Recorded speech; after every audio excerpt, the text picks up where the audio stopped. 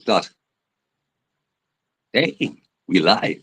Yeah, welcome everyone to another powerful and inspiring live conversation. Today we're joined by the incredible Naresh Veeran, a visionary director, author, and storyteller known for creating deeply meaningful and transformative work. We'll be diving into his latest theoretical production, A Woman Apart, a gripping and intimate exploration of identity, choice, and what it truly means to be free through the story of Tash, a successful attorney navigating a life-changing moment. This production challenges us to reflect on our own lives, the masks we wear, and the truths we often avoid. Get ready for a conversation that is honest, thought-provoking, and deeply relatable. Let's get into it. How are you, Naresh? Thank you. Thank you. Yeah, yeah. I'm good. I'm good. Really good. Excited about my production coming up on the 24th of April in Durban to launch. It's the first time taking something like this. It's very, very new, very different for Uh-huh. Kajal, the actress, for myself, the director. It's going to be very new for the audience. So yeah, very excited to see what's going to be the reaction. Something completely different. Yeah. In terms of content and in terms of delivery and the way in which we produce and deliver the content. So it's going to be very, very, yeah, very different. So excited. Yeah.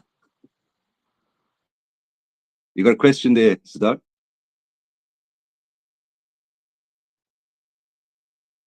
I seem to have lost Siddharth. Let me see.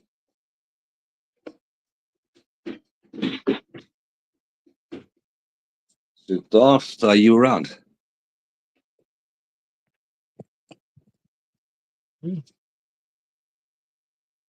Siddharth. Uh, just hang on for him. I'm so sorry about that. I don't know. I don't know what happened to my network. So what were you saying there before my network played gymnastics around Oh, me? I had the lotto numbers, man. I was just giving out the lotto numbers for the week for this Wednesday. Oh, did you miss it? Damn, never mind. It just came to me. I just channeled the numbers. It came through me, and now I can't remember it because like there's no That's one okay. here, so there's no numbers. Okay. Okay, that's awesome. All right. Yeah. I Naresh, tried to keep to the get the ball feed rolling, going. a woman apart. Oh, sorry. I said I tried to keep the feed going while you're gone. Oh, I did some okay, okay, magic of course, tricks and no stuff, but problem. I was Oh, amazing. I was amazing. Yeah. Just putting it out there. It's not. You go for it. thanks, man. That's awesome. All right. A woman apart is deeply introspective. What inspired you to tell such a personal and emotionally layered story through Tash's journey? Yo, that's a deep question. So let me give you. I think let me give you a frame of reference first for all of my stuff, whether it's music or art or drama, production or Oh, books or whatever the projects I am. There is a level of a model on which I center everything on. So the very first thing is it true? Is it true for me? Is it true for you? Is it true for the audience? I mean, is it authentic? And it sounds very nice to say that. The question to that is, what is the truth? mm, I mean, think about this. So the way I do it is think of so I don't know if you married? Do you have a partner? Let's just say you do, right? And let's say you're married to a mhm. nurse, and let's call the nurse Jane. So your name is Siddharth. You're living in Constantia in Cape Town, working as a JSA executive, married to a nurse named Jane, who makes R1 million a minute. Beautiful Wow. life, all of that. Let's assume that, right? Yeah, yeah. Now, one day, I'm your brother. My name is Naresh, and I phone you and I say, listen, I saw Jane last week in a car park at a hotel, etc., etc. I think Jane is cheating on you. So I'm telling you this. At this stage, you have every reason to trust me. I'm your brother. I was there to wipe your knees. I was there when you were running nose. I was there in high school when the guys were bullying you. I was there when your first girlfriend broke up with you. I was there through all of that. And now I am telling you that Jane is having an affair. Now at this stage, you have two choices. You either come to the stage with me, believe me, Okay. because the information is coming from an external source. You know Jane yourself. You'll be able Mm, to explain it in your mind that, listen, I know Jane. If she was there, it was because there was an accident, and a motor vehicle accident, and she had whatever the reason is.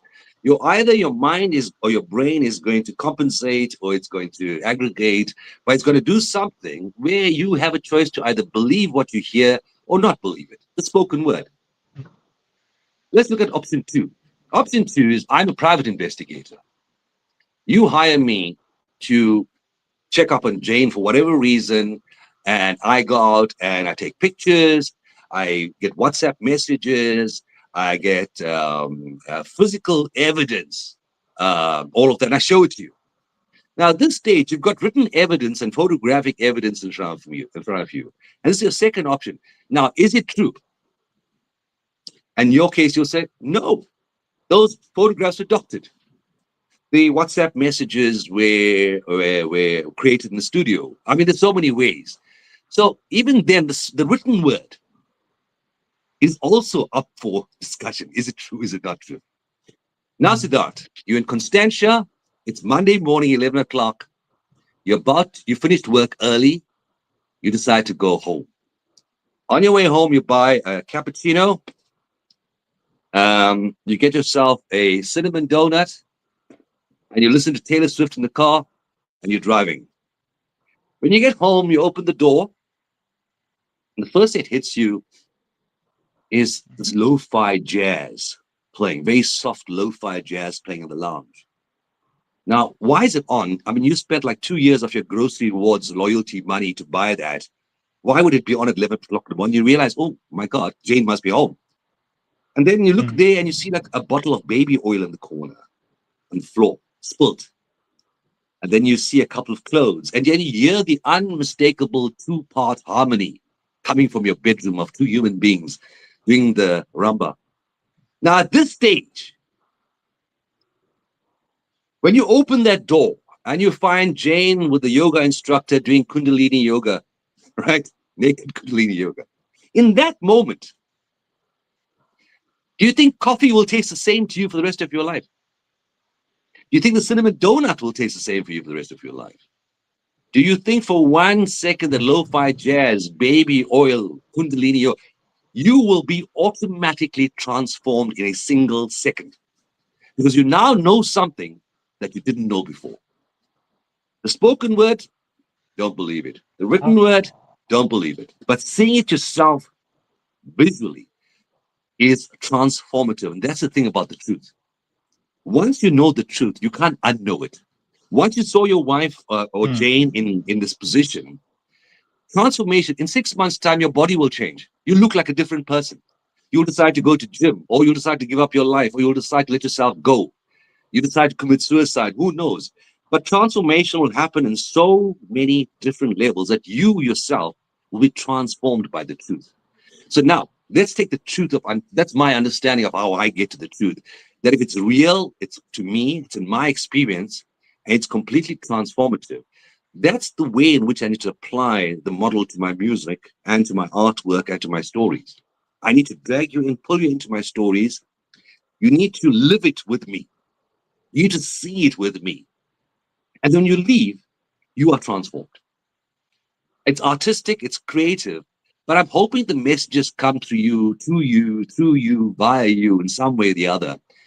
Currently, the medium is a play, and and it's called A Woman Apart. But the message is about freedom. It's about liberation, about freeing yourself mm, from yourself. Now, yes, that sounds very paradoxical. How do you free yourself from yourself?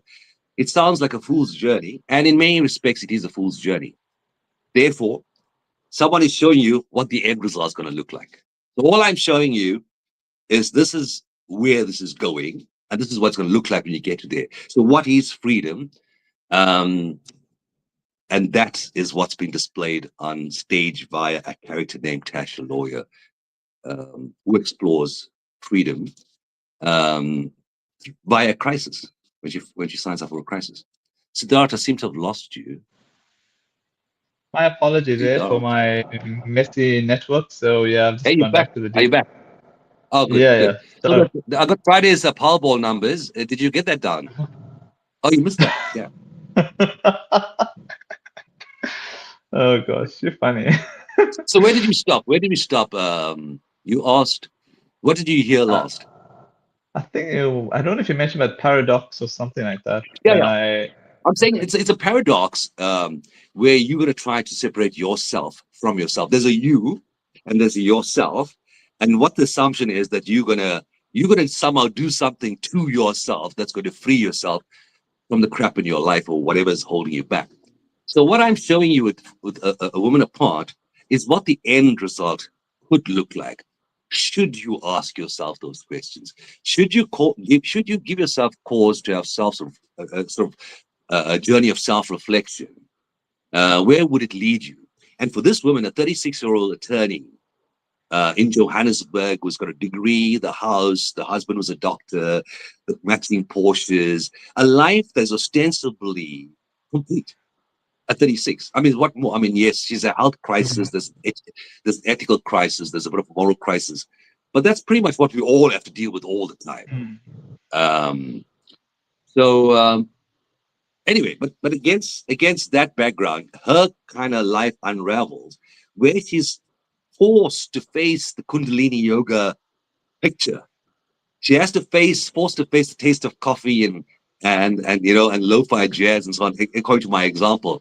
And so over the next 70 minutes, through all of these reflections, this conversation, as she's waiting for an Uber, she realizes that freedom comes from happiness, and happiness does not lie in the arms, the pockets, or the dreams of someone else.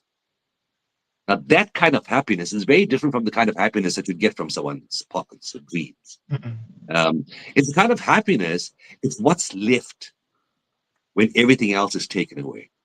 So the idea of the degree and the husband and the house and all of that, I'm saying, and I'm claiming, ideas placed on top of this character. And as she removes them, what she's left with at the end is her essential nature, just being free and being herself. It is that when she realizes that, it's that moment she realizes it's truly free. And when you're at that level of freedom, you get, in a sense, get to choose what where your journey goes, rather than being a vehicle on a highway. You now build the road as you go along, and so it's a very different way of navigating life. Because while you might think you're a 36-year-old attorney, that is not the reality. We know that intrinsically, we know that. But what we also do know is those are necessary characters in which to navigate the world. You have no choice but to be a 36-year-old lawyer to survive, to pay the bills, and to navigate buying a car and hire purchase and so on. That's true. But at some point, when you realize that's your story, that's not you. That story has evolved from your mommy and daddy telling you at 2 years old you're going to be a lawyer, and from the neighbors telling you you're going to be so great, and your teachers telling you this. And that conditioning kind of results in a 36-year-old version of you that believes that believes more than anything that I am an individual. I can change the world. And I'm a 36-year-old attorney. And the reality, though, is that's not true. We know that it's not true. So, situations in life that force us to reflect um, on ourselves versus our stories are really blessings. And this woman gets this blessing at 36 while waiting for an Uber. The blessing of being able to see herself as separate from her story. So yeah, that's in a Awesome. nutshell with yeah. Awesome. You described theater as a space for transformation. How has this Yeah. particular production transformed you personally as a storyteller? Oh, that's interesting. How it's transformed me. Over the last 10, 20 years, I've always only participated in commercial productions. So for better for worse, I did a movie I did before. I did a book, 31 Million Reasons, a bank heist. Those were all Wow. commercially driven projects. I've never, and I acted when I was very young, my 20s. I acted for about 2 years on the road, going from, town to town, city to city with Yusuf Khan and Muhammad Ali. It was an amazing learning experience, but that was many, many years ago. So I've never really used the stage as a medium before for my own work. So when the opportunity came up, when Kajal mentioned, listen, she's got some capacity in early 2026, could we do something together? And I said, yeah. Uh, the obvious thing would have been a movie. Um, she's done one recently. I've just done one, and the obvious idea would have been rom com. You wanna fill the bank account very quickly, make a romantic comedy. Girl meets guy, girl loses guy, girl gets guy back, and you drag it on for 90 minutes, and people pay thousands to come there. You make lots of money, and you be rich, and you lose Wow. all your hair, and great. But the reality, though, is there's no story there really. Mm. So when she gave me this idea of doing a production for her, writing a production around her character, the stage is intimate. The stage force you've got no cell phones disturbing you. You've got no kids running in asking you for lunch tomorrow and making bread, whatever it might be, or buying something. You don't have the natural disturbances, organic disturbances that come from your natural environment. For 70 minutes in a dark room, the sound, stereo sound, 4K picture, live character. And the theater I'm using is a 100-seater. It's a very small theater. So I'm creating an immersive, almost like a 4D, 5D kind of experience in that 70 minutes. So not only do you see this character, Natasha Dukran, you feel her pain, you sense her tears, you hear the sounds, yeah, so it's very much like one of those 10D experiences, except this is similar, but trying to get that out the emotions through words and through inflection. And so, yeah, it's using art to drag out emotion and ultimately tell a story about freedom. Yeah, so that's where we're at. Beautiful. The player asks a powerful question. What does it mean to be truly free? How would you define freedom in today's world?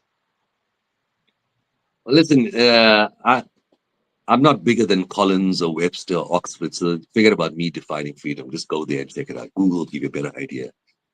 What is freedom is a different story from the definition of freedom. Mm, Because none of how can you know something you never know? I mean, mm. can you describe a color for me you've never seen? Siddharth? I Describe can a color you've describe. never seen. Oh, color I've never seen. So that's a tricky one, eh? Because I normally Can think you of describe a blue sound you've never represents heard? freedom. Can you Oh, describe a sound. sound you've never heard? Hmm. Sound. So how now let's just say I saw a color Mhm. or I heard a sound. I can describe it till I'm blue in the face. You're not gonna believe it. Or you're gonna say, oh yeah, all right. So it's like a purplish, greenish, yellow, blue that sounds like the number seven when it tastes like air. Sorry, what was that? So I said, listen to the sound of number seven when it tastes like heat. What? Now you asking me to describe freedom, sir?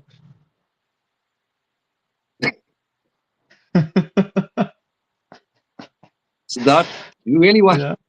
It's better to read Google, I think, or Oxford or something, because you're asking me to describe a sound that you've never heard, or describe a color that you've never seen. Even if I describe it, means nothing to you.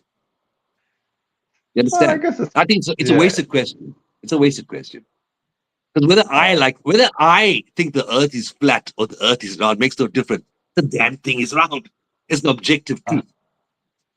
Now I'm saying with okay. freedom also there's an objective truth behind it as well. And me telling you my version of it is going to be the earth flat, earth circle, round thing argument. So I think the question is that Ah, is what does freedom mean to you? okay. That's interesting. Never thought of it like that. Obviously, because you haven't seen a color you've never heard. Ah, all right. Tash appears to have the perfect life. What message were you hoping to convey about society's obsession with success and external validation? So Siddharth, I've lived a very long and successful life. I've had many careers, many ex-wives, many children, many. I was born with ADHD. Oh, I think I don't know if it's born with that or had it all my life. It was an IQ of 147. I kind of learnt early in life to compensate and navigate so that no one notices, including me. And I had a very successful life like that. The problem with ADHD and a high IQ is that you will have career after career, degree after degree, house after house, life after life. And by the time I was like at my big birthday 7 years ago, there was three wives, children with different surnames, five different careers. I have two PhDs, a master's degree, an MBA, two cars, a bike. What I'm saying, I accumulated a lot of stuff, a lot of history by this big birthday 7 years ago. And I'm taking a shower, having a moment in the shower. And I go, and now what's next? What do I need next for my, for the rest of my life? And that moment, I realized, actually, I don't know. I have no idea because I was pretty much on autopilot from the time I arrived all the way to this birthday. I've never stopped. Um, Physically, emotionally, whether it's ADHD, whether it's my own personality, whether it's conditioning, I have no idea. It's just that my life has been a complete non-stop set of highs. In between, there was Ritalin at some point in my childhood. There was antidepressants some in my 20s. There were visits to doctors. Everybody trying to kind of solve, and I've always tried to compensate. But at some point, I think my intelligence and my IQ kind of um, kidnapped me. It made me think that I can pull this off. And so I did. For many years, I pulled it off. I pulled off being a father and a husband and, a great chief commercial this and a chief officer this. And eventually, at this big birthday I was telling you about, I was chief executive something of a college. This was 7 years ago. Beautiful house, pool, 5 bedrooms, kids living alone, the cars, and all of that. And again, at the shower, I suddenly realized there is no more further to go. Whatever I do next will be either be another book or another movie. If it's a car, it's going to be another BMW or another, I don't know, Porsche or whatever. I ride motorbikes. It's either going to be a Ducati, 1100 now, not 1000 cc. Whatever it was going to be more of the same. But in that 1 second, it all crystallized in that single moment. There was a crystallized moment that, whatever I'm going to be now doing here on in is going to be doing more of the same. And with that came a physical sense of, all I can put it down is death. It's almost like I died in that next 10 seconds. The entire room went dark, my entire body, um, whether it was a panic attack or an anxiety attack, I have no idea. But the next day, I went immediately to my doctor, did 10 million tests, and went to a couple of specialists. And typically with us, once in the corporate world, you've got medical aid. Let's go for it. Every single test, and there was nothing. Whatever it was put down as an episode of this anxiety or so on a birthday that people expected. But over the next 6 months, my life transformed dramatically. I was 95 kilos at the time, single malts and medium rare steaks, and going out every weekend. And I couldn't squat. I could barely do about 5 press ups or sit ups. My life had become a typical JSE middle-aged South African male, ready for retirement, making the money and all of that. So there's no reason for any of taking care of my body and all of that. In any kind of spiritual pursuit of any sort at any level, I was really just outside my circle. I had no idea what this was about or whatever. My daughter wanted to do kung fu. She fights MMA now, but she's now 21. But at the time, he was involved karate. I think it was karate. We tried a couple of karate schools, but eventually landed at this kung fu school. And she started doing kung fu every Saturday morning. And after about 3 months, she couldn't make it, but I carried on. For the first time, I started enjoying a bit of Tai Chi and using my hands and mobile. And over the next 6 months to about a year, I lost about 95 to 90 to 85 to 80 to 75, right down to matric. Now what you're seeing is my matric weight when I was in high school. Complete flat stomach, my blood pressure, my sugar, cholesterol, same as when I was matric when I was 18 years old. I train about 3 times a week on a Monday, Wednesday, and a Saturday at Tai Chi or Kung Fu. And I play out music maybe 2, 3 hours a week on a Friday or Saturday night at a club, some whatever it is. So I do some saxophone, flute, mixed beats as well. So it's been, and now it's 7 years later. My life is just completely different. I haven't worked in a corporate for 7 years. I've never been to a meeting. This shirt I used today was out of color. That's the only reason I wanted to use. I live in t-shirts. I Okay. live alone, 2 dogs, a cat. My dad lives with me. He just moved in a couple of years ago. He's a musician as well. So it's a very, very different Oh. life now. And so I've got the space to write and create stuff that I didn't do before. So my music has changed dramatically. For 30 years, I hadn't played. I picked up the flute 7 years ago, 5 years ago. So I picked up the flute 5 years ago and started playing the flute and the saxophone. Um, and 5 years ago, I didn't know the difference between a piano, a grand piano, and an upright piano. They all say pianos. And now, Mm. I'm involved in making piano music and working with other young DJs, young mixers. I'm collaborating with lots and lots of young people in a way that I didn't do before, creatively. Kajal and I, yes, there's Mhm. collaboration, but there's 22 other people behind her. The youngest of which is 9 years old, also involved in the production. So the kind of productions that I kind of get involved with now, these kinds of days, I think it's very much collaborative. Not, yes, it is creative, but it's also trying to bring in the best of everyone around me to try and make it work now in a way that that tells a bigger story, something deeper. Yes, we can all laugh, and it's important to laugh, and laughter is the best medicine, but it does not treat the cause. Mm. You understand? It's good. It's Yeah. symptomatic. So laughter is great symptomatic relief, but you got to go home and you still got to face Jane. Mm. Then what happens? Now I am saying let's treat the Jane part of it. Forget about the laughter. We had that because lots of comedians and lots of doctors will give you that medicine and you must go there. But when it's time to get rid of Jane, I'm saying that's when you come and see me. Um, other than that, there's nothing I can do to tell you that Jane is right or wrong, or you'll get over it. One day your perception of Jane will change. All that. No, once you've seen Kundalini yoga, you can't see it. You can't undo it. You can't unsee it. You have changed because you now know something that you never knew before. You've now seen the color number 7, and you've heard that sound. You know. So the great thing as a musician and as an artist, there's a lot of space to almost internalize this kind of sense of understanding and perspective of the world. But I can really can't see how this works with someone with a science-based mind or a investigator because you got to question everything. At some point, you realize Mm. this is beyond questions. We are talking about a freedom beyond questions, about a liberation that comes from you. Stop asking the questions. A liberation that comes from the point that you accept that this is it. Good, bad, or ugly, this is my life. And then you realize at some point after that, wait, is it my life or is it just life leading itself? And at some point, the less you get involved with your drama, the more you see it as drama unfolding rather than you are creating drama that's unfolding. And that is an important part and you may not see it in your lifetime, but I think it's a goal worthy of pursuing.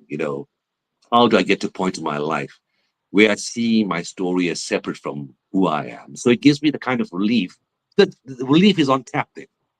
All you got to do is just be yourself, and the relief starts. As soon as you want to get involved, I'm back and da da da da da da, and then you step back, and I'm fine. So the way I describe it to my daughters is this: my default position is I'm in love. You know that feeling of when the cop is going to give you a ticket, but you just met the love of your life 15 minutes ago.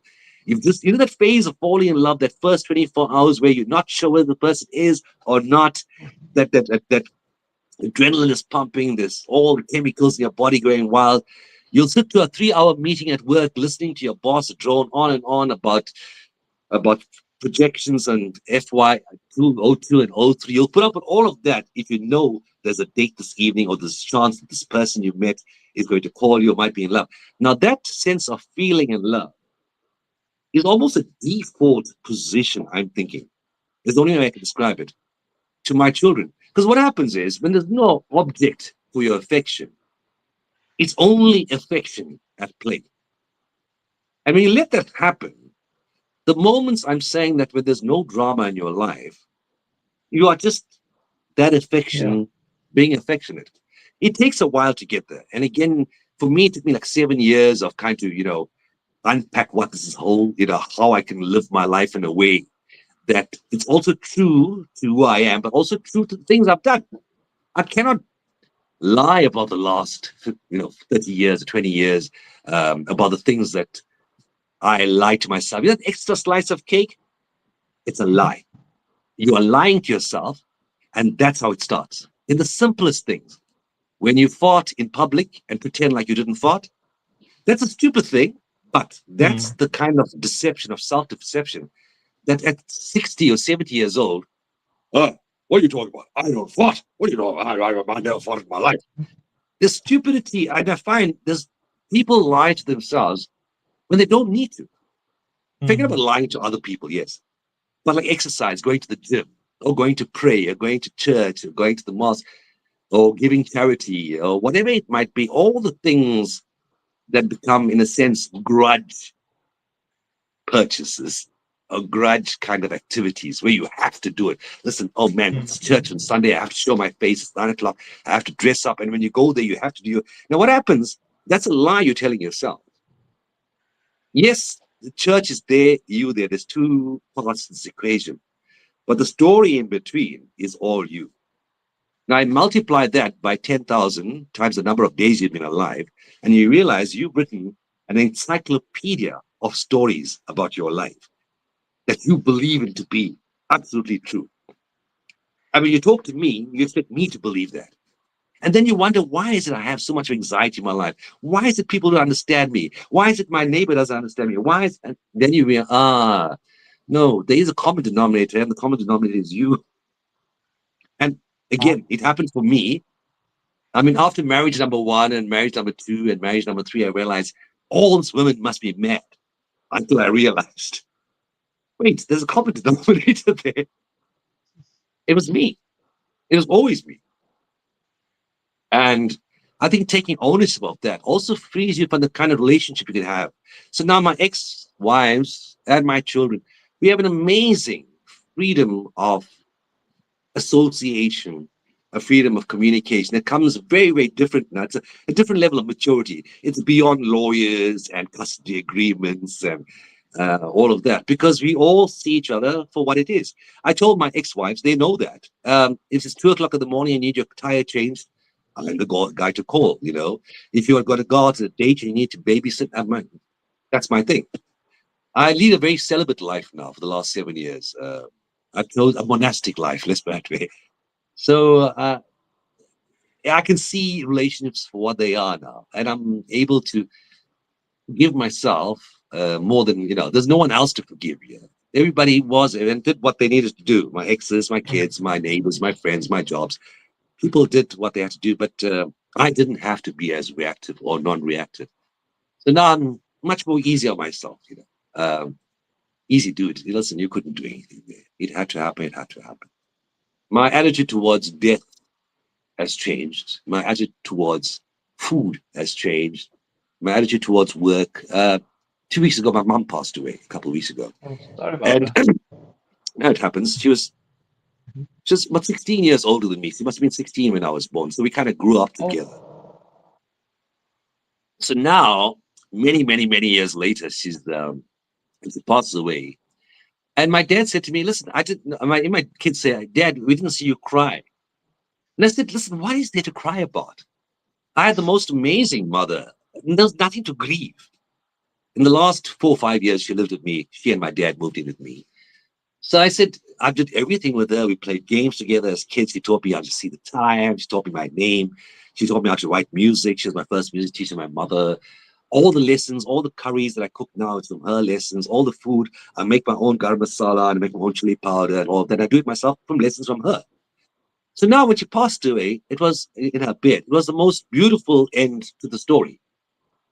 Now, we had the funeral the same day, so there's no funeral. It was because it was mine. I said, listen, we'll go straight to the crematorium, and it's and family wants to know why is there no funeral. I said, now what are we to cry about? You're going to cry, come there and cry with me and make me feel bad that you are missing my mother, that she's not going to be there for you, that you're not going to be seeing her. So what happens? The entire crying becomes very selfish, and you want me to sit there and absorb that for 2 hours in a room with a dead body. Really? You want to put someone to that, a child to that?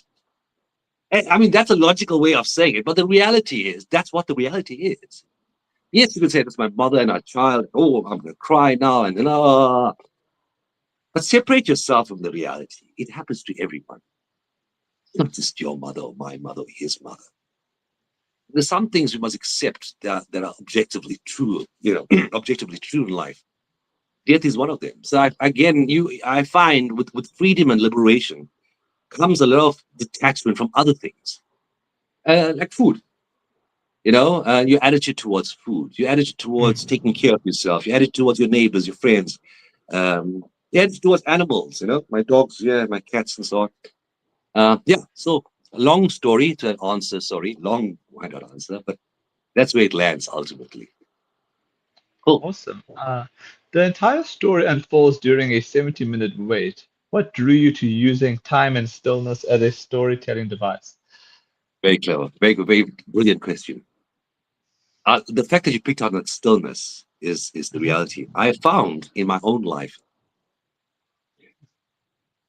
there's something that comes with a level of stillness that I've never experienced before. Again, with ADHD and this IQ kind of driving a particular behavior for so long, stillness was not that behavior. Sitting still. I'm no one can accuse me ever of not being able to sit still, or is that or the opposite. I'm one of those people that literally have to move all the time. I mean, you sure, when you're sitting, your legs are your knee is going on, yap yap yap yap, all of that. But when you discover the pleasure of the Italians call it what per niente, dolce per niente, the sweetness of doing nothing. It's very difficult. It's like me describing the color number seven, the sound of number seven to you.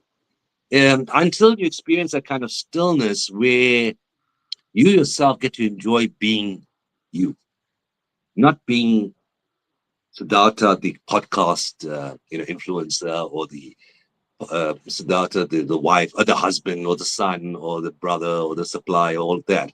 I'm saying when all those labels are taken away and you're just yourself, there's a certain beauty that comes at stillness. Now, how do I create that?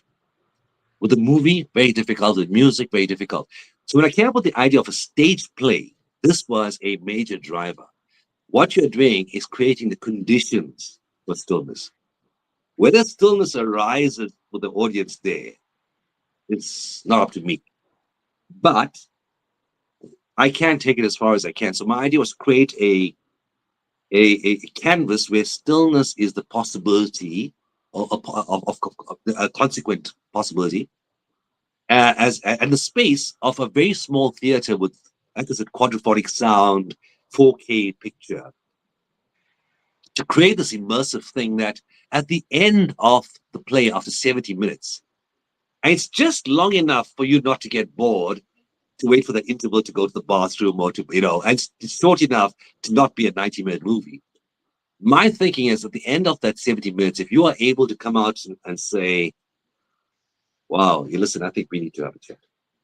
Yeah, you and I need to have a long discussion. I think if you can get to that point, or wow, that was very pretty. I didn't understand a word of it, but it was very nice. I can see. It's like you might not like a song or you like I don't know, classical piece of music, but you can see that someone's really putting the heart and soul and quality, and you can see the beauty in it. You may not be able to Mm. appreciate it like someone else, but so at best, at worst, I'm hoping someone comes out of there and say, "Wow, that was a really cool experience." And at best, someone comes out there and says, listen, we need to talk. We need to have a so yeah, that's the choice. That's a reason for that stillness and space. And the theater just delivers that experience. Especially if it's I'm not. There's no popcorn and Coke and crackly sweets and kids running around, phones going off all the time. This is you, a story, and a literal space in which you make it happen. So I am saying, if I was a Tony Robbins type character, this is like a transformative, experience, and you'll come out of it. No, no, no. This is a play. It's entertainment. At best, I'm hoping you'll enjoy it. You get you paid your ticket. At best, you go home. That was really good. Cool. Uh, the fact that it generates dialogue, inner reflection, all that for me is all the pluses, it's all the benefits of it. But listen, that's not why I'm it. I'm in it because I'm a musician, I'm a performer, I'm a writer. I created some art, and I want you to see my art. The bonus will be if you become Buddha after seeing the art, then great. But there's no guarantee that's going to happen. But for an extra 150 Rand, I could probably. Awesome. This is a minimalist one performer production. What challenges and creative opportunities did that present for you as a director? It's 2026. How do you keep people attentive for 70 minutes or 80 minutes or 90 minutes? Impossible without the cell Mm, phone or some sort of distraction. So I needed the performance of a really great actress or an actor to keep an audience engaged for 70 minutes. And I mean, Kajol's able to do that, but not alone. It was impossible. So in trying to work out, do we get her playing caricatures, playing other characters, playing the neighbor, and suddenly she's telling you a story about a little child, and she becomes a little child. And I've seen a lot of one woman, one man, one person productions where the person carries an entire 60-minute or 70-minute playing multiple characters. Pat Pillay did it very successfully back in the days with the, I think it was 1949 or one of those Kate Man and other stories. But there have been actors successfully pulled it off, in the 80s and the 90s and so on. But in 2026, man, to have one person play for 70 minutes is really brave. So what I did was to bring AI, social media, and virtual film technology into the mix. So while you have a single character, you have a lot of virtual. She's on a phone, right? She's on a phone while waiting for the Uber, and as she talks to mum, the picture of mum comes up on a screen behind her. So the audience gets to see her and gets to see her engaging with mum, who's a live video behind her. Now, like that, the husband calls, the doctor calls, the neighbor calls. You have 22 other phone calls, including the Uber driver. And we also find out why she's being delayed. But as all of these calls come through, strands of her life unravel. We get to know about her career. We know about the ethical crisis at work. Why is she being asked to do something legally that she's not comfortable with? We get to meet her health crisis, head on. Yes, someone is trying to have children. Her husband's a specialist gynecologist. He's 40 years old, one of the best obstetricians in Santon, and he isn't able to help her. And there's a third, of course, she's having an affair. She meets an advocate, an old school friend, and she's leaving her husband for this guy. That's the Uber. The Uber's waiting for her. And so I'm leaving mm. my husband who's a doctor for his advocate. There's a work crisis. There's all of that's happening and these phone calls. And you, the audience, get to engage to see this unravel. And it's almost like peeking over someone's shoulder while they're on the phone. It's a POV. And so I'm hoping that you become almost immersed in a guilty, like, oh man, I can't believe I'm actually listening to someone's conversation. And so it's unrestricted. I have some strong language. There is some strong language there. It's not suitable for children, although I do have children acting in it. They're not. They haven't seen the rest of it. But the reality is, it's a mature theme.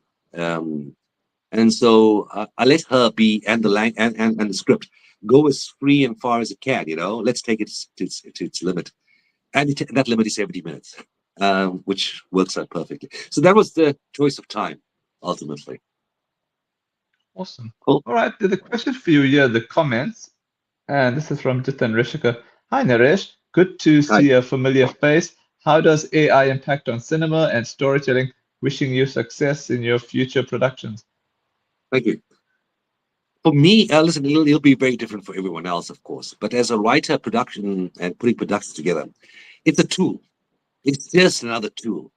Remember, if I can cook a mutton curry, if I can cook a mutton curry, um, the gas stove is just a tool Mm, versus on a solid plate stove or versus a fire outside. Those are just tools to cook the curry. But the curry and the recipe is whose? It's not AI's. It's mine. It's well, I say mm, mine. I've created it, or the creator created, whoever the creator is. So I'm saying AI, virtual technology, all of that are just tools to a musician. I mean, a doctor is not going to be stop being a doctor as suddenly mm, if he's got an AI injection. I mean, if you've got a cold and you go to a doctor, think about this. All he's going to do is use AI to get a faster, more accurate diagnosis to assist you get better, quicker, more efficiently, mm, more effectively. AI is not good. You're not going to get a robot coming there. Let me feel your temperature. Let me test your. No. The reality is these are tools. A writer can use AI, ChatGPT, etc., to really fact check his own work, to benchmark his work, and so on. But the story won't come from AI. The story will come from the writer, the kernel of it. So how do people like me use AI, etc.? It's purely tools, and I won't use it if I don't like it. Um, but in this case, for better, I mean, not for better, for worse, for a woman apart, the AI component was used to show the husband, Dr. Singh. He's this really upmarket gynecologist, lots of money, making lots of and flying all over the world. So we had to get photographs of him in Paris, London, New York, having this great life, driving a Ferrari on the Autobahn and partying in South America at Rio and so on. And the way to do it was AI. Can you give us an album of pictures showing Dr. Singh partying in da da da? And it was amazing, but it was probably a 0.5% of the entire production. But what it does, it just takes that element of the production to a whole different level. It makes it seem so much more than it really is. And that's how AI is kind of really serviced us. Makes sense? yep, that's awesome. All right, to stick on that theme, you've Yeah. integrated elements like social media, AI, and virtual performances. How do you see technology shaping the future of theater? So let's look at Shakespeare, from Shakespeare to us now. That's 500 years, right? 400, Mhm, was 1400 to, but say it's about 500 years. The story is still the story. mhm, The character is still the character.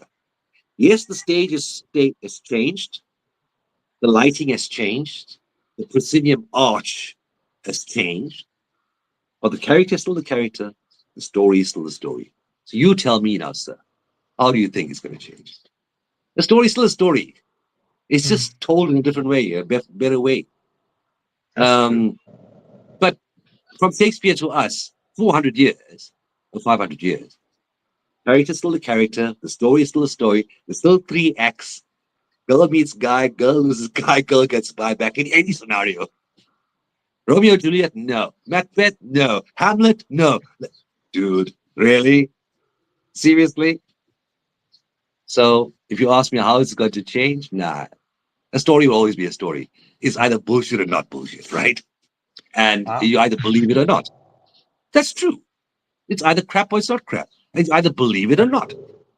So all I'm going to use AI for is to convince you that it's true for 70 minutes. But I'm convincing you your story is true. I'm not convincing you AI is true.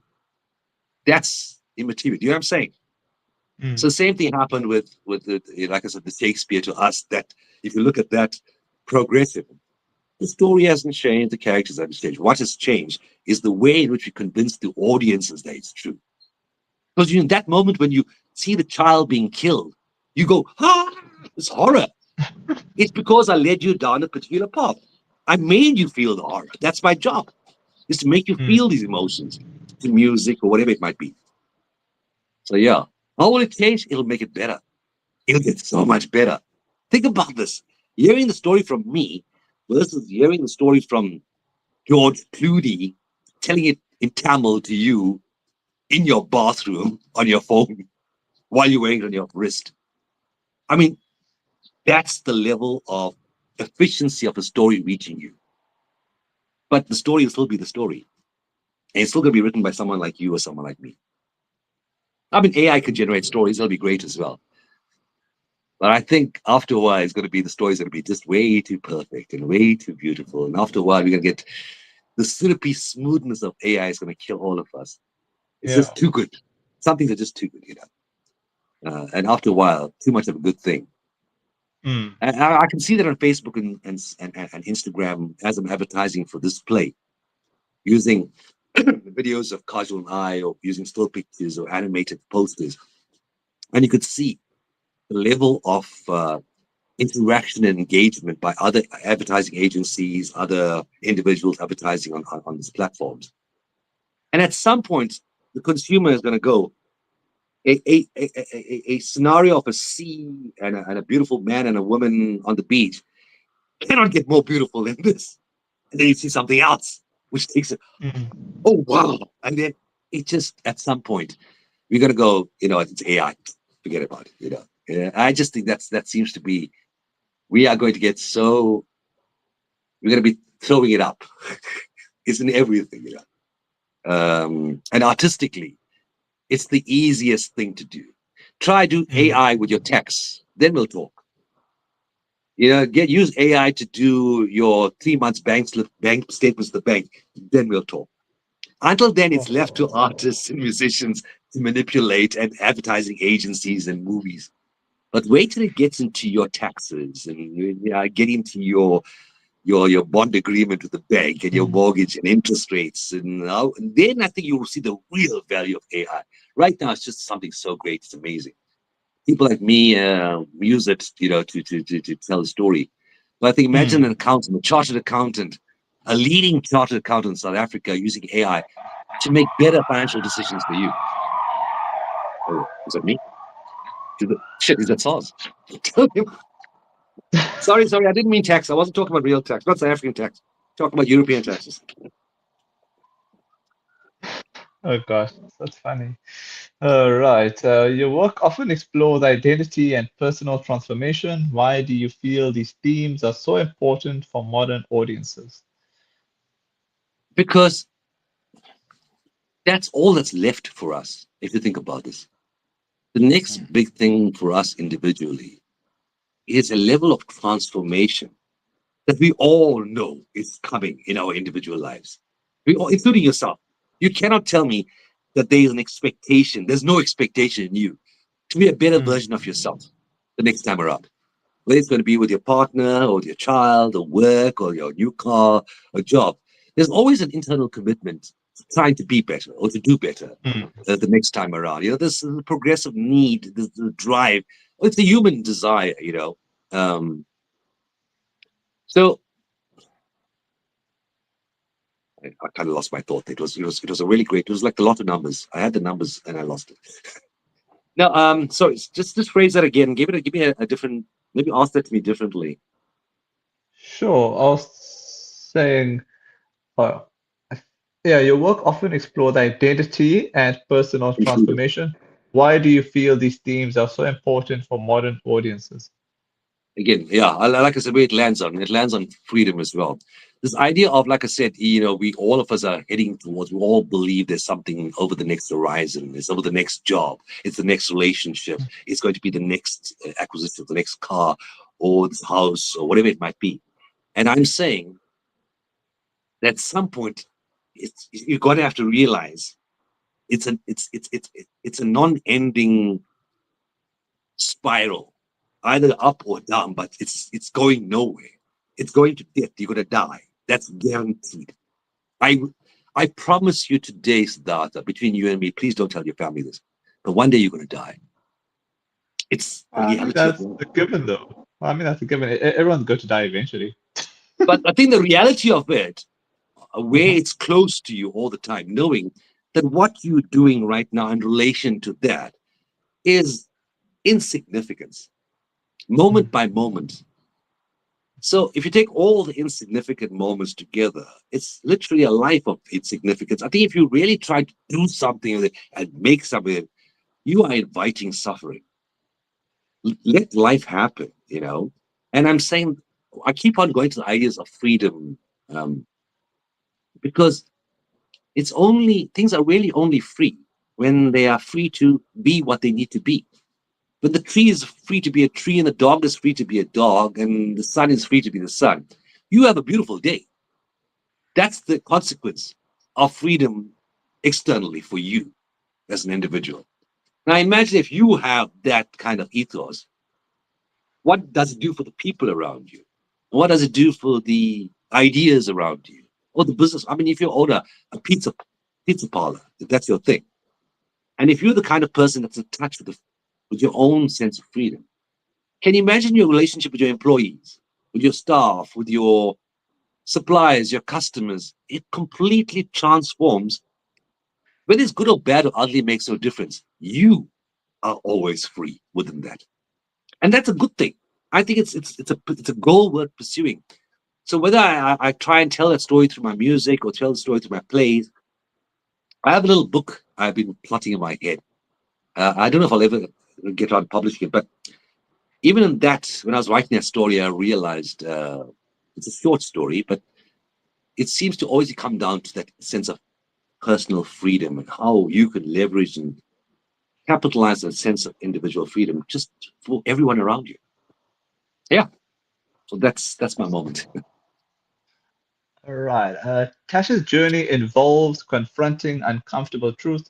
Do you think audiences today are ready to face that level of emotional honesty? Oh yeah, yeah. This is 2026, not 1926.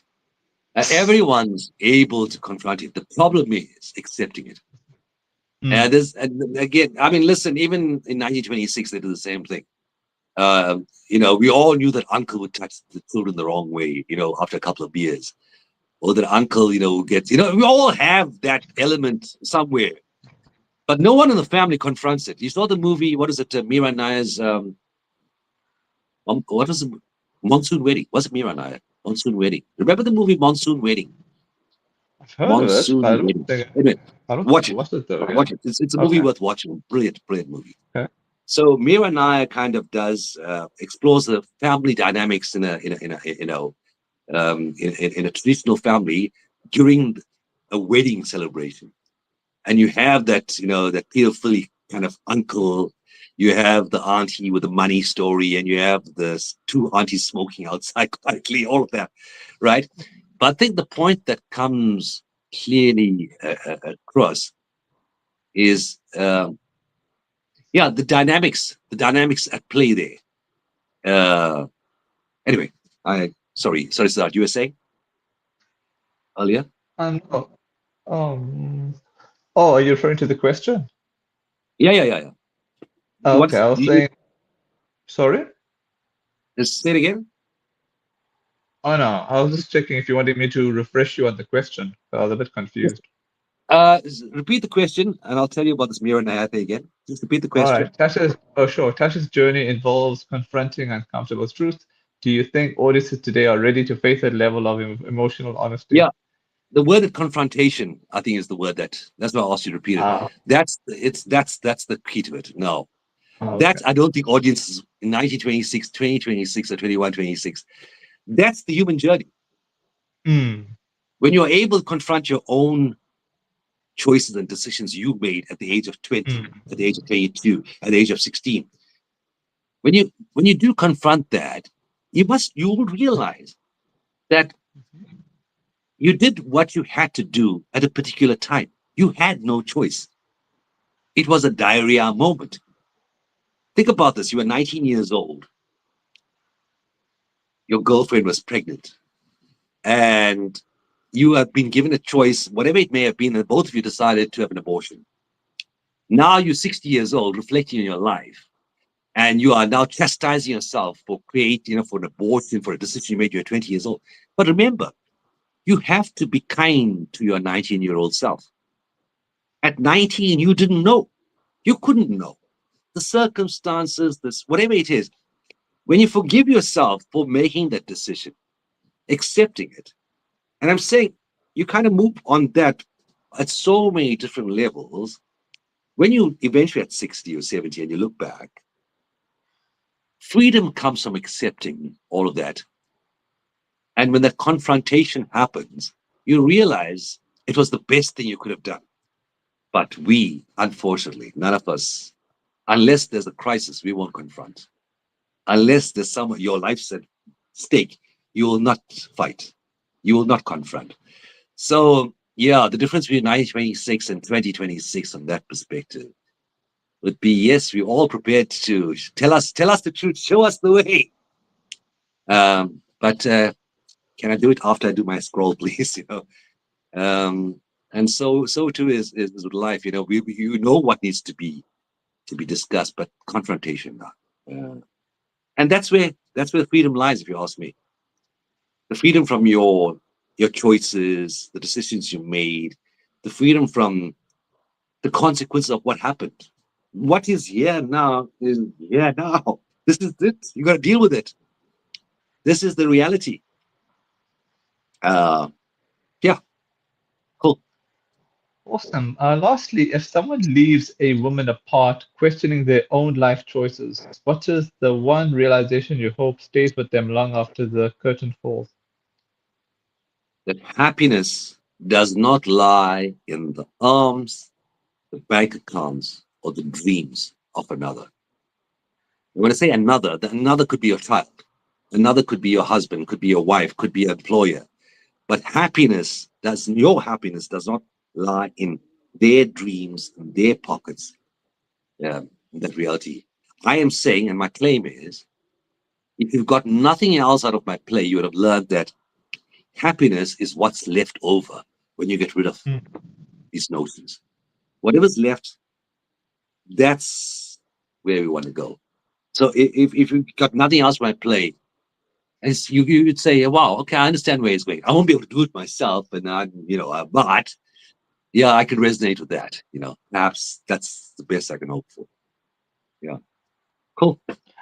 Yeah, all I gotta say, thanks so much for your time and also for bearing with all the technical issues. Oh, no, this happens. That's just. I had talk about technical issues.